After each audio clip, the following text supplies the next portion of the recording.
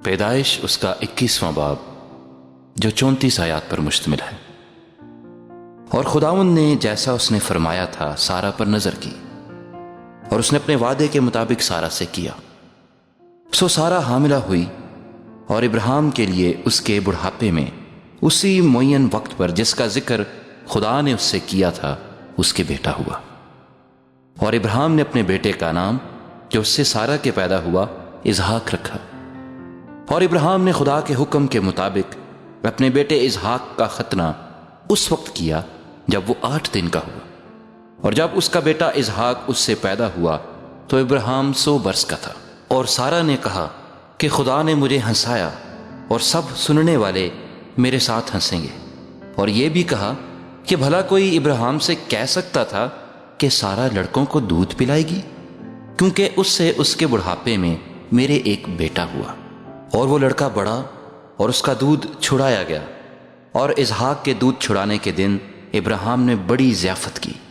اور سارا نے دیکھا کہ ہاجرہ مصری کا بیٹا جو اس کے ابراہیم سے ہوا تھا ٹھٹھے مارتا ہے۔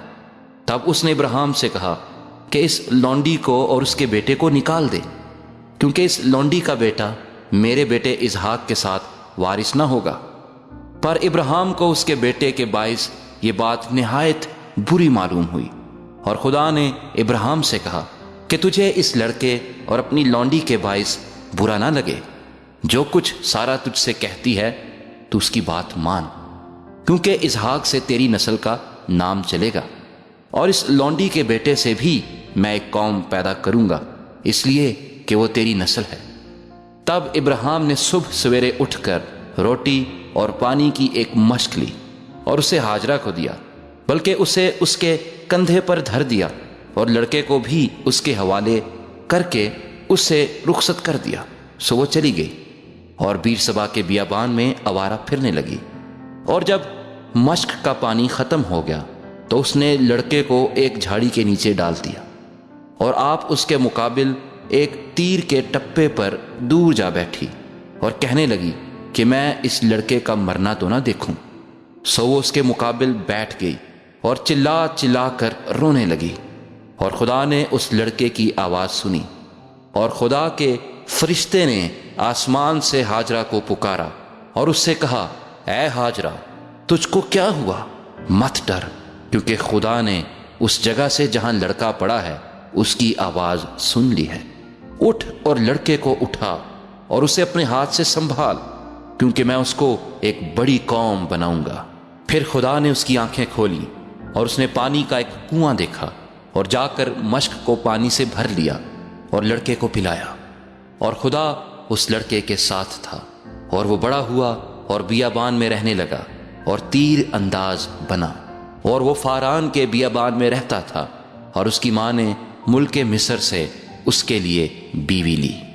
پھر اس وقت یوں ہوا کہ ابھی ملک اور اس کے لشکر کے سردار فیکل نے ابراہیم سے کہا کہ ہر کام میں جو تو کرتا ہے خدا تیرے ساتھ ہے، اس لیے تو اب مجھ سے خدا کی قسم کھا کہ تو نہ مجھ سے، نہ میرے بیٹے سے، اور نہ میرے پوتے سے دغا کرے گا، بلکہ جو مہربانی میں نے تجھ پر کی ہے ویسی ہی تو بھی مجھ پر اور اس ملک پر جس میں تو نے قیام کیا ہے کرے گا۔